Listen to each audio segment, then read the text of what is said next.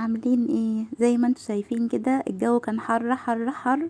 ما قدرتش ادخل المطبخ اعمل اي اكل ولا اي وصفة خالص. اخدت بعضي ونزلت وقلت ايه انزل كده، ايه يمكن الاقي الدنيا برا هوا شوية عن البيت يعني. فالجو زي ما انتوا شايفين كده كان حر جدا، فقلت بقى ايه رحت قلعة قايتباي. طبعا كل الاسكندرانية عارفينها. فقلت بقى ايه اصور لكم الاجواء هناك. جبت بقى ايس كريم زي ما انتم شايفين كده. في مشكل وفي بالمانجا، انا جبت بحليب وحط لي عليه كراميل من فوق. دخلت بقى القلعة زي ما انتم شايفين كده، بسم الله ما شاء الله زحمة موت. وصورت لكم كده مقتطف من البحر. الجو كان حلو جدا، يعني مش حلو جدا كحر يعني. فاهمين انتوا فاهمين. انا ايه بسجل لكم الفيديو بالليل، فحاسه ان انا فصلت خلاص. قلت بقى ايه اوريكم الاجواء في اسكندريه في الصيف. طبعا المصيفين بداوا ينزلوا، وقلعه قايتباي من المعالم الاثريه ومن اكتر الحاجات اللي المصيفين بييجوا يزوروها، لان فيها حاجات كتير ممكن تتعمل. كمان انا دخلت الاحياء المائيه، هوريكم طبعا كل الاجواء ديت.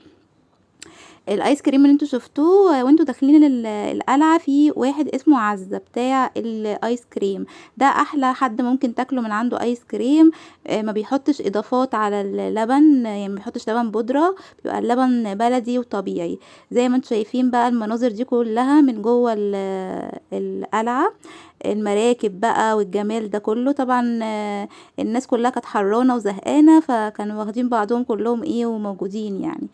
فاي حد يجي اسكندرية، من اهم الحاجات اللي لازم يزورها المكان الجميل ده. طبعا انا ما عرفتش اخش القلعة نفسها عشان خاطر الجو كان حر جدا، وكنت هبطت خلاص. مرة تانية بقى ادخلكم ان شاء الله. ايه مفيش حاجة من جوه، بس زي اهو هي دي القلعة. المفروض بقى بتخشوها من جوه، بتتفرجوا بقى على المعالم بتاعتها من جوه. بس ما قدرتش ان انا ادخل خالص. ان شاء الله اي حد يجي اسكندرية لازم يزورها، هي جميلة جدا. عايزة اشكركم على الفيديو بتاع البحر اللي قبل ده.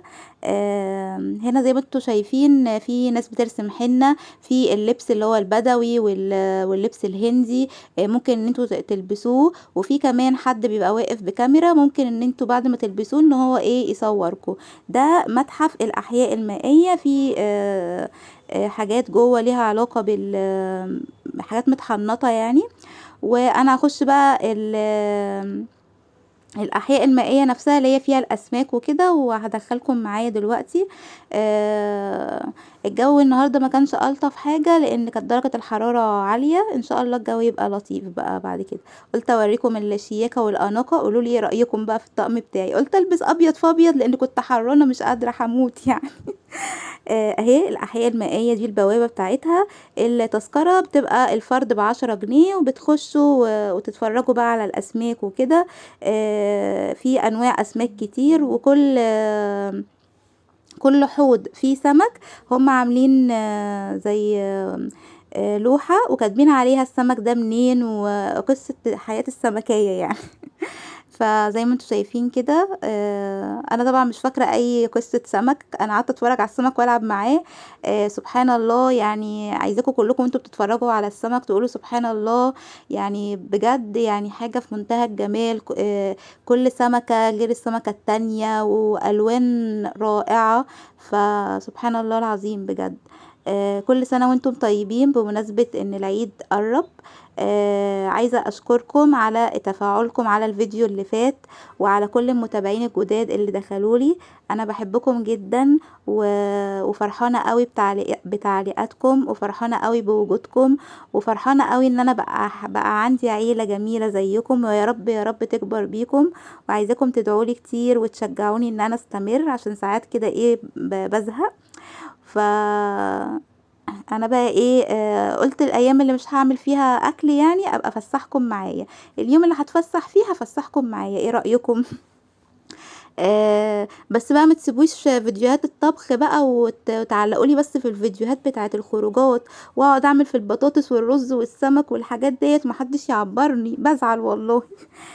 فعايزة اشكركم جدا بجد، كومنتاتكم فرحتني جدا، وفرحانة قوي بوجودكم في حياتي، وفخورة ان انا عندي ناس محترمة وخلوقة زيكم، وفرحانة ان القناة بدأت ان هي واحدة واحدة يخش لها متابعين. فشكرا جدا ليكم. ان شاء الله قريب هنزل فيديو عشان خاطر ذي الحجة، اتمنى ان انتوا تتابعوه.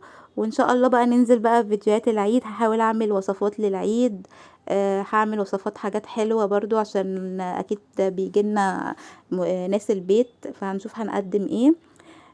زي ما انتوا شايفين بقى الاسماك شكلها جميل، ده اسمه البيرانة حاجة كده يعني، ما علينا. السمك فظيع جميل قوي بصراحة، يعني لازم لما تنزلوا تخشوا المكان ده، حلو جدا ومش غالي، تذكرة ب10 جنيه يعني. طبعا بعمل لكم بايبوي اهو عشان تشوفوا ايه، تشوفوني جنب السمكة القمر اللي ورايا دي، شايفينها؟ انا كنت بقى عمالة ايه اخبط لهم على الازاز عشان يشوفوني، بس هم كانوا عمالين يجروا يجروا يجروا زي ما انتوا شايفين كده. اتمنى الفيديوهات تكون بتعجبكم، وما تنسوش ان انتوا بقى ايه تقولوا رأيكم في الفيديو وتسيبوا لي كومنت. وعايزاكم بقى في فيديوهات الطبخ اللي بنزلها بقى تشهيصوني بقى وتحسسوني كده ان الاكل بتاعي حلو يا جماعه. والله اتمنى ان انتوا كلكم تبقوا جنبي، واعزمكم وادوقكم كل الحاجات اللي انا بعملها ديت والله. ان شاء الله ربنا يجمعنا في يوم من الايام، وادوقكم الاكل اللي انا بعمله ان شاء الله. عايزه اقول لكم بقى ايه، ان الايس كريم انا اصلا قعدت سنين ما باكلش ايس كريم، ما كانش ليا قوي في الايس كريم ده. وبعدين بقى ايه، لقيت لك كل الناس اللي بينزلوا يتفسحوا كل واحد ماسك ايس كريم في ايديه، طب انا ما امسكش ايس كريم زيهم ليه؟ حاولت بقى ان انا ايه احبه يعني واكله. انا ما كنتش بحبه قوي، ان انا ما بحبش الحاجات الساقعه قوي يعني الحاجات بتوجع لي سناني. بس بدات احبه. بصوا السمكه القمر دي، قمر قمر، بصوا احلى مني والله العظيم. يعني ما شاء الله، سبحان الله سبحان الله، بصوا الجمال. يعني انا عايزاكم تستمتعوا بمنظر السمكة وجمال السمكة، يعني حاجة كده روعة. عايزة اقول لكم ان هناك في مطعم اسمه زفير اهو، بتاع سمك، تقدروا انتوا تقعدوا فيه. في كافيهات فوق تقدروا انتوا تشربوا فيها قهوة او نسكافيه. هنا بقى اي حد حابب ان هو ياخد زي معالم مصر بقى الحاجات ديت. طبعا كل الحاجات دي بتبقى للسياح اكتر، علشان خاطر يوروهم يعني التراث بتاع بلدنا والحاجات بتاعت بلدنا دي. طبعا خواتم بقى للبنات وللشباب وكده. وفي ناس عاملة حاجات هاند ميد، الحاجات طبعا القواقع والحاجات بتاعت المية ديت بتبقى شكلها تحفة وجميلة جدا. طبعا كل الناس اللي هم بيجوا من برا مصر بيحبوا الحاجات دي جدا، وبيشتروها لان هي بتبقى بالنسبة لهم يعني ايه ذكرى مصرية وطنية رائعة يعني. فقلت بقى اوريكم كل الحاجات اللي انا بوريها لكم ديت في نفس ذات المكان. انتوا بتخشوا من بوابة القلعة، بتلاقوا بقى الاحياء المائية، بتلاقوا محل السمك، بتلاقوا الكافيهات، بتلاقوا المتحف، بتلاقوا الناس اللي بتبيع الحاجات التراثية. هنا بقى انا خلاص كنت طلعت بقى بره المكان، وبره المكان هنا في حناطير بالحصنة زي ما انتوا شايفين. اتمنى تسيبولي كومنت حلو زيكم. باي باي.